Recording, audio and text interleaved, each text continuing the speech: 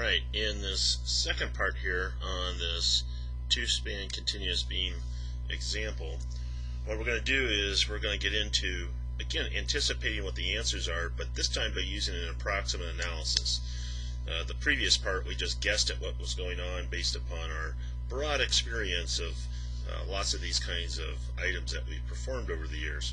And here we're going to try to guess what the vertical reactions are and also follow that through to what happens with the shear in the moment diagram, and we're going to find out that as we do this we'll end up revealing why we know it's actually an approximation beyond the fact that we know we just kind of guessed at some stuff, right? So there's a lot of ways to do this. One of them is to assume the location of an inflection point. There are other rules of thumbs that we could follow. This is just one of the particular ones here, right? So when we look at this situation in that anticipated moment diagram that we developed in previous part, notice that we were guessing the shape looked like this. If we could only guess where that moment was actually equal to 0, we reduced the level of static indeterminacy down such that we can now go ahead and perform the analysis just using our basic statics. Right? And that's what we're really doing when we're guessing where the inflection points are located. So here are some of the rules of thumb that you might follow. Right? In an outer span, you might say that you think this inflection point out here is at about 0.2L, right? As opposed to on the interior span, you might go and put it at the 1/10 point, 1/10 in from either side, so that the middle is like a little simply supported beam. That's what's really also happening when you assume the inflection point. That's where the moment is 0, and if you know where the moment is 0 at two locations, you have a little simply supported segment from a statics perspective going on here. Right? So let's see how this plays out for this specific example. Right? So in effect we have two outer spans. So the left span is 20 meters long, and 20% of that is going to be, of course, 4 meters. So we come over 4 meters over, or 0.2L of that span, and we say, okay, we're going to just simply arbitrarily say that's where the moment is 0. If we do that on the other outer span over here to the right, then 20% of 15 is the 3 meters, and we'll plop in an inflection point there as well. Right? Again, we've got two spans, so both of them are essentially outer spans. Right? And that's why we just go 20% in from the interior side. Right? And when you do that, then note what's going to happen. And let me sort of cover up some of this so you don't see too much of it all at once. Makes it a little easier to understand. You've got this inflection point there at the 16 meter mark, or 14 or 4 meters it is from the one side. Okay, and so when I draw the free body diagram right there, I show the shear, but I don't have any moment because I've arbitrarily said the moment is going to be 0. Now that's just purely being a guesser. Don't know what the real story will be, but once we make that guess, then this becomes really easy to figure out what the end shear and what the end reaction is. It's just a WL over 2 kind of business, right? Half the load effect goes to either side, and where the L is now the 16 meters. So 20 times 16 divided by 2 is going to give us then the reaction at the left, which will also mathematically be the same value that we have over here at the right.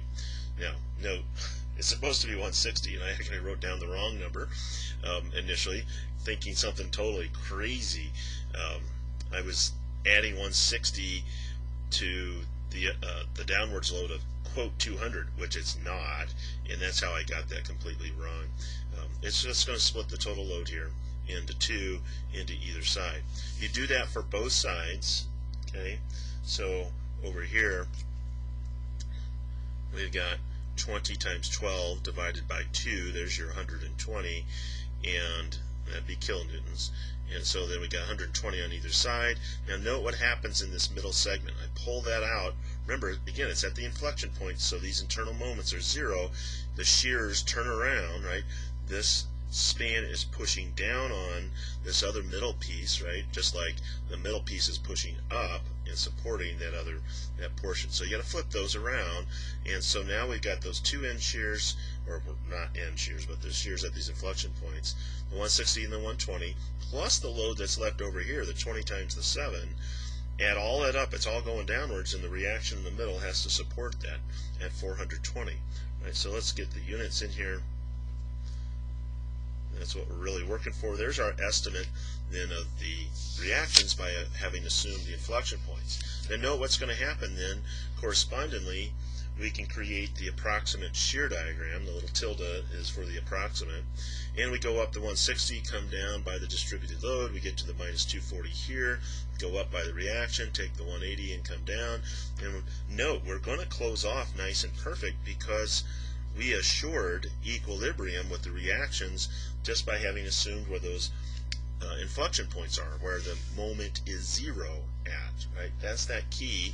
Maybe I should write that back up here for you too.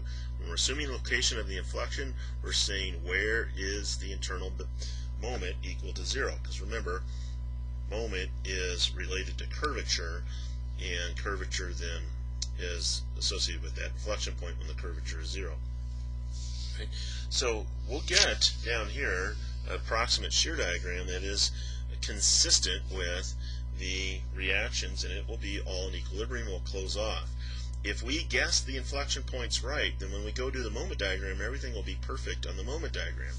And so let's look at what happens when we come from the left here. We're starting off at a 0 moment because of course we have a pin support and there's no applied moment there, so 0 moment. The slope of the moment diagram is given to us by the value of the shear, and the shear is positive but getting smaller as we go left to right, and where the shear is 0, that's where the moment will reach a local maximum or overall maximum. And so we're going and integrating the shear diagram, and so integrate a linear, we get a parabola, and then we find that change in moment by finding the area that are sitting here under the moment diagram. Now note, this is always a useful kind of fun thing to do. Well, all right, forget about the fun part. It's a useful thing to do to note here we've got a symmetry going on. 160 becomes then minus 160 over on the other side, constant slope, right? So 8 and 8, because that tells me exactly where I have actually ended up assuming where the moment is 0, right? And that's of course right there where we said that it was supposed to be 0. So everything's looking good there, and we get then this diving down. This area here is what takes us from 0 moment down to the minus 800. Now if we do the same thing walking from right to left, what we're going to find out is that our moment, negative moment here at this middle, is minus 450. That's a problem, right? It shows the sign, or is a sign of the error in our assumptions. The moment diagram doesn't really close out properly, because what we're showing right there at B is, and this is infinitesimally away from the joint, is we have a negative moment of 800 on one side, a frowny face negative moment on the other side of 450, and that is not in equilibrium.